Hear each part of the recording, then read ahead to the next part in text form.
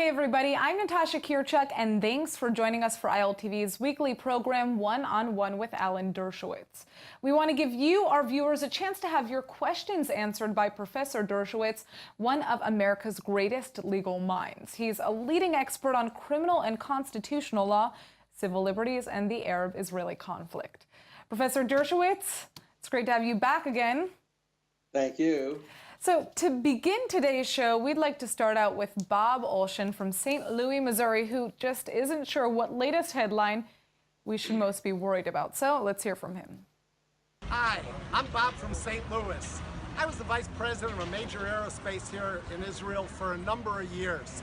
Now I came back to relax a while, just like Conan O'Brien. So I followed in his footsteps and I came over to Dr. Shakshuka, where, by the way, they have great shawarma, best in Tel Aviv. And that's not fake news. Now, fake news. Here's the question I have. Should I be worried about missiles coming from North Korea to America or from Iran to Israel? Or should I be worried about fake news, about the fall of the democratic systems in both Israel and America? Of course, the two are very closely related. You have to be able to rely on the news to know how much to worry about North Korea and Iran and other hotspots in the world. If we get to distrust the media, if we think that everything that's reported is fake news, we will begin to lose faith in the reporting that we're getting and the information we're getting even from our national and international leaders. And that will put us at a major disadvantage. Remember that we got into the war in Iraq, which was a terrible mistake, through fake news. It wasn't necessarily deliberately fake news, but many of us believed our president and the media and Great Britain and other intelligence agencies that told us that Saddam Hussein had weapons of mass destruction. The war was started on that basis. And then we found out that it was fake news. Now, there's a big difference between deliberate fake news of the kind that I think partisans often drop into the conversation and inadvertent fake news. I actually believe that the accounts about weapons of mass destruction in Iraq were well-intentioned. I don't think they were deliberately fake news. I don't think today we're getting fake news about Iran or about North Korea, but of course, people have a stake in the outcome. Those who don't want to see a preemptive attack on either country tend to minimize the dangers. Those who advocate a preemptive attack or other strategic decisions tend to maybe overestimate the threat. So there is a close relationship between the accuracy of news reporting and how much we should be worrying about missiles from North Korea and Iran and other places. Now, Professor, you just wrote a book. Can you tell us a little bit about the threat of the democracy posed by those using the criminal justice system instead of the ballot box? Because I understand that is one of the main themes of this book, correct? It is the main theme of the book. It's called Trumped Up, how criminalization of political differences endangers democracy. It's mostly about the United States, but it also has a chapter about Israel, a chapter about what's going on now with the investigations of the prime minister, his wife, his other members of his family and people close to him. I have been writing about this for more than 20 years. Actually, I started writing about it when Prime Minister Rabin was forced to leave office as the result of a relatively minor offense, his wife having a bank account in the United States. And I don't believe that elections should be undone by prosecutors or by judges or jurors, except in extreme cases. In the United States, you cannot prosecute a sitting president, but you can impeach a sitting president.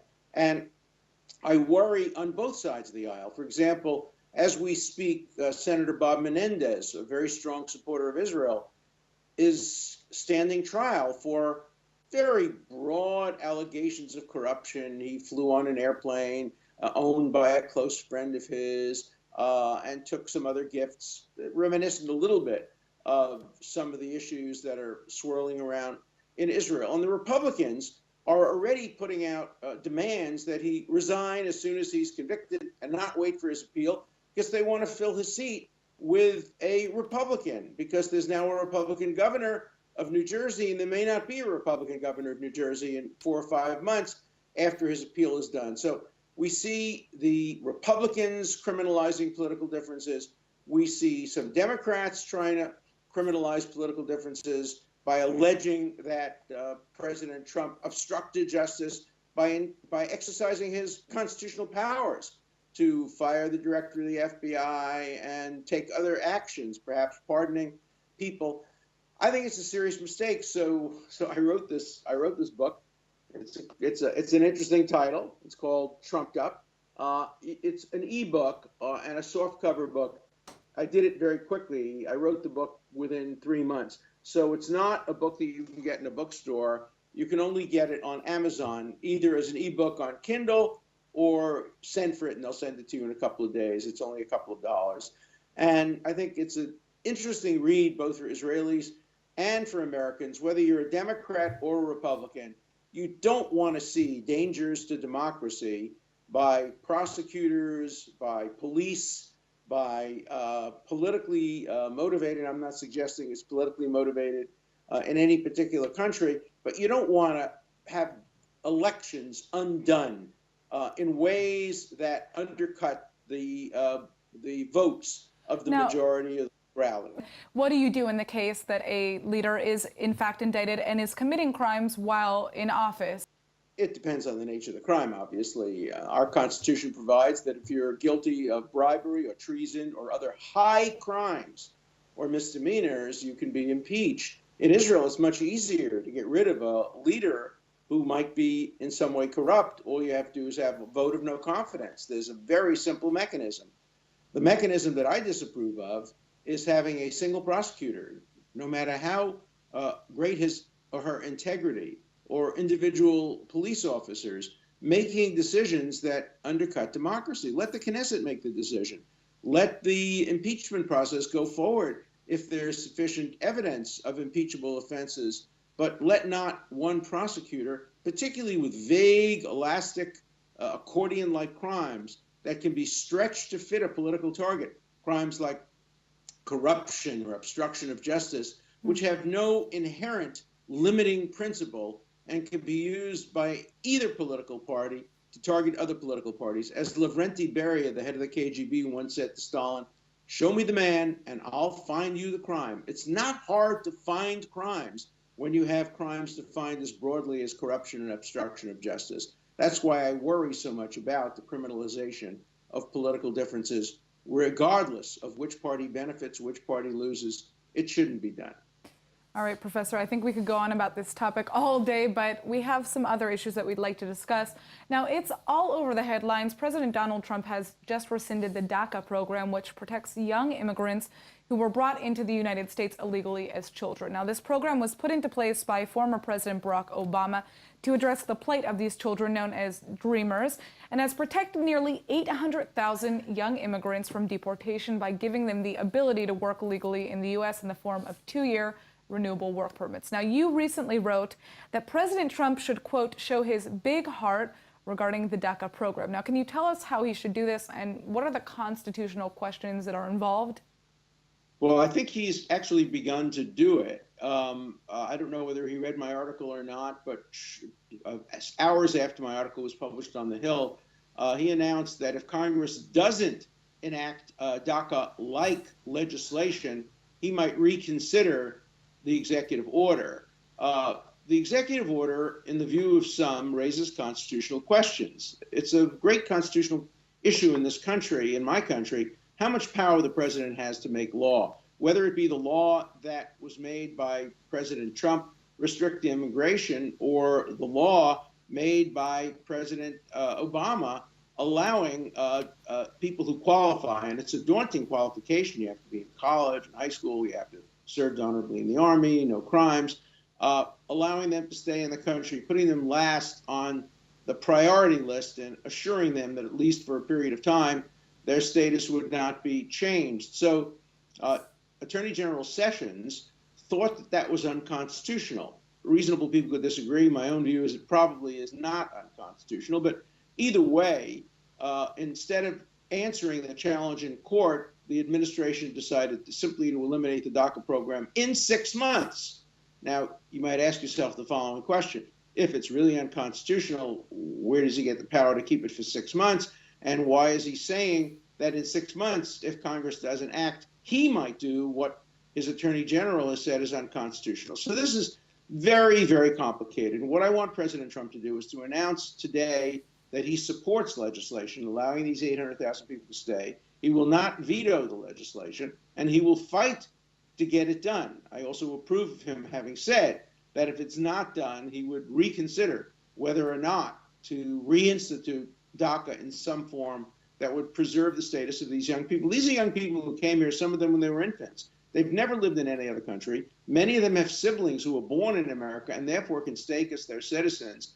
It would require the breaking up of families, taking students out of school, taking people out of jobs. People who qualify for DACA really will help America be a great country, because these are among the very, very best people who would help really the national security of the United States. These are the kind of people we want in America. These are loyal Americans who have lived here for a long period of time. It wasn't their fault that they were brought here when they were 1 year old or 2 years old. And they came to rely on DACA. And they made plans based on reliance on DACA. Job plans, education plans, person plans. So I think both morally and from a strategic point of view, we ought to make sure these 800,000 people are allowed to stay in this country. All right, Professor. Now, viewers, don't worry. We didn't forget about the nuclear threats coming from both Iran and North Korea. After all, who could? So joining us in this studio is Dr. Or Rabinowitz, an assistant professor in international relations department at the Hebrew University in Jerusalem. Now, Dr. Rabinowitz, let's begin. Can you just walk us through the background, of the nuclear threats that we're now seeing in the headlines? So we're going to focus on North Korea this time around.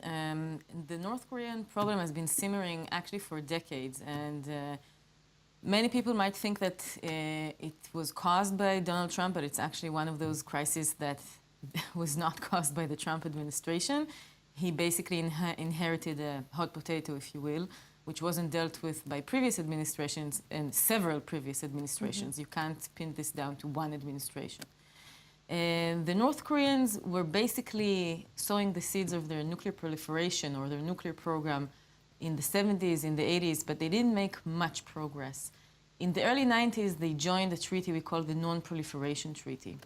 And the International Atomic Energy Agency, they sent inspectors in the early 90s, and these inspectors found out that the North Koreans were lying. They were actually processing small amounts of plutonium. Right. This led to a crisis which eventually, we're going to cut the long story short, led North Korea to leave the NPT in 2003. And it's not a member of the NPT since the early years of this millennium. And you can say that the conflict has been basically brewing ever since. Now, the U.S. Ambassador to the United Nations, Nikki Haley, has just laid out a major case regarding North Korea and what the United States needs to be doing. So let's hear what she had to say. Kim Jong-un's action cannot be seen as defensive. He wants to be acknowledged as a nuclear power. But being a nuclear power is not about using those terrible weapons to threaten others. Nuclear powers understand their responsibilities. Kim Jong-un shows no such understanding. His abusive use of missiles and his nuclear threats show that he is begging for war. What is your take on the ambassador's statements? And obviously, Professor Dershowitz, we'd love to hear your take as well. So I don't think that the Trump administration has a lot of options. Yes, Nikki Haley said we need to take the strongest possible measures. Everyone agrees in principle. We just don't know what these measures are. It seems that sanctions are basically futile. One theory, which I think was proven correctly, was contributed to the literature by a professor called Ethel Solingen more than 20 years ago. And she said, you know what? Regimes that are not integrated into the international economy and that are inward-looking, they're not really susceptible to sanctions. It's not as if the North Koreans would go next week to the poll and elect a new leadership, and it's not as if economic sanctions can convince them to change the regime, and it's just not effective. And many people in the academic community think that maybe sanctions are not really useful in this case. Interesting. Professor Dershowitz, what is your response to that? Well, first of all, when we look at North Korea, we have to imagine Iran being in a similar situation 8 years, 10 years, 12 years from now. And we have to understand that it is absolutely essential, never to permit Iran to develop nuclear weapons. Not in 8 years, not in 10 years, not in 12 years. We must hold them to their word. The Iran deal begins with a statement that says, Iran reaffirms that it will never, under any circumstances, seek to develop or acquire nuclear weapons. That's part of the deal. The United States must announce that they see that as part of the deal, and it's American foreign policy not to permit Iran ever to develop nuclear weapons, and Congress should authorize the president to take whatever action is necessary to prevent Iran from ever developing nuclear weapons. You can deal with a non-nuclear country. You cannot deal with a country once it has nuclear weapons. I think that's the lesson that we learned from North Korea. I think many American presidents now wish that they had taken preemptive military action to prevent North Korea from developing nuclear weapons before they had nuclear weapons or other actions. Now they're stuck. Now it's all diplomatic. There's hope that maybe, since Russia opposes what they're doing, and since China seems to oppose what North Korea is doing, maybe the three great superpowers could together do something to stop North Korea's march toward war.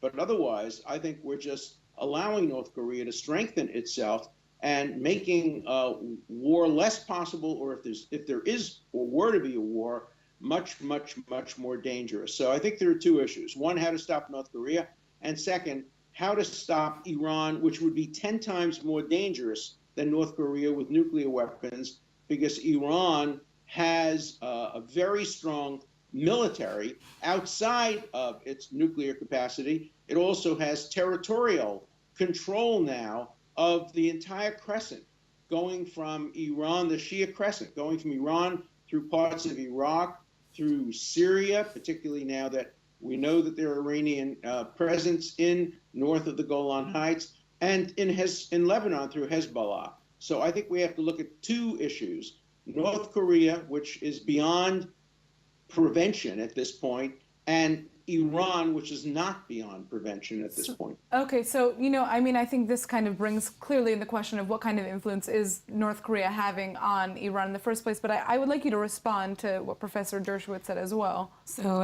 I'd like to respectfully agree with most of the points that Professor Dershowitz made. I think it's extremely crucial to understand that North Korea removed itself. It withdrew from the NPT.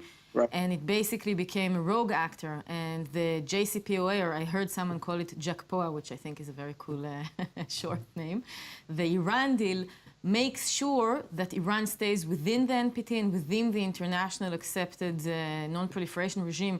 And it's crucial to keep Iran there because this regime, the NPT and the JACPOA, they enable some sort of limitations and obligations on the Iranian nuclear program. And yes, we in Israel, we have a lot of criticism of the JACPOA, and the criticism is legitimate and it should be voiced. But the most important thing is to make sure that the limitations stay. We do not want to see a situation like North Korea, where Iran withdraws from the international regime and basically goes rogue. It's extremely dangerous for Israel. The second point, I agree with that. The second point I would like to stress is that North Korea is basically a very, very significant and malevolent power in the Middle East. And I would like us all to remember that today, 10 years ago today, what we assume was the Israeli Air Force, but it hasn't been officially acknowledged, attacked the Syrian reactor in a place called Deir ez-Zor. The Syrians were building a nuclear reactor, and we now know that the North Koreans were the ones supplying it. And I also would like to stress that the North Koreans have been assisting the Iranian missile program, and they have a very, very dangerous nexus there. And they probably also have been assisting the Iranians in building ship-launched or submarine-launched cruise missiles, and we just saw it a few months ago. So yes, the nexus is very dangerous. We need to be alert, and we need to prioritize.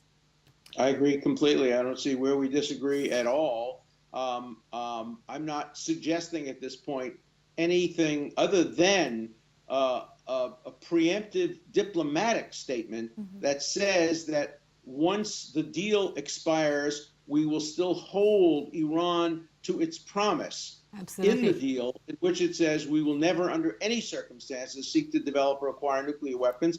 And the United States and the international community must tell Iran that they are going to hold them to that deal and will take whatever action is necessary to prevent them from becoming another North Korea. Now, Dr. Rabinowitz, you in a recent interview sounded extremely nervous about the nuclear button being in the hands of Donald Trump. Expand on that. Tell us a little bit about why. So first of all, I'm not an American citizen, and I'm an Israeli citizen, so everything I say should be taken in that context. I didn't vote in the U.S. elections. I do have my own opinions. Personally, I think that Donald Trump doesn't have the qualities that I would like to see in a person that has access to the nuclear football, the famous suitcase that holds the computer, which basically allows the US president to give orders to launch nuclear attacks. From what we've seen in the past months, and again, this is only my personal view, I don't think that the psychological traits that President Trump has demonstrated makes anyone believe that he's the right person for the button, and we've heard this from other sources, not just me, American sources as well. I am concerned because I think that with the nuclear football comes great responsibility. I hope that President Trump is responsible enough. I don't know. I have my own concerns as a citizen of the world. I think it's important to understand that in the US system, the president and only the president has the sole authority to order the launch of the nuclear missiles. Yes, he can ask for his cabinet's advice. Yes, he can ask for the advice of the people in the security department. But he alone is in charge of that, and we all have to realize that and to deal with it. Professor Dershowitz, what's your response to what the doctor here is saying? Well, I didn't vote for Donald Trump. I voted for Hillary Clinton, who I believe could have been trusted, could be trusted with all aspects of America's security. But President Trump is our president. And although Dr. Rabinowitz is absolutely right as a matter of theory, the president has sole access to the nuclear football. I was actually with President Clinton on a number of occasions on Martha's Vineyard when you could see his security people with this device. It really makes you shudder when you know you're 20 feet away from something that could end the world as we know it. I never had any concerns with President Bill Clinton. I don't believe that the President of the United States actually has the power to act alone, even though the Constitution gives him that power. There is a whole hierarchy of the Defense Department and people in the field that he would, I think, inevitably consult. I think his Secretary of Defense is very responsible. I also haven't heard any threats by this administration to use nuclear weapons. We've heard possible threats of using conventional weapons to destroy the nuclear capacity of North Korea. But I think that the last people in the world who would want to see the United States use nuclear weapons in North Korea would be the South Koreans, because nuclear weapons can't be constrained in their harm by national borders. So I'm not as concerned as I think Dr. Rabinowitz is concerned about the possibility that President Trump might use nuclear weapons in an irresponsible way. I'm much more concerned about the risks to South Korea, to Japan, to Guam, if the decision were made to use conventional weapons to try to massively destroy the nuclear capability of North Korea. I'm not a military person. I don't know what the implications would be. I just know that we ought to exercise great caution in ever acting in a way that involves nuclear weapons. And I hope that whoever is president will exercise that due diligence and caution. Well, on that note, unfortunately, we have to end our show. It's all the time we have for today. Thank you so much, Professor, for joining us. And we'd also like to thank our wonderful guest. If you would like Professor Dershowitz to answer your questions, go to iltv.tv or our Facebook page and submit them. We can't wait until you'll join us again next week.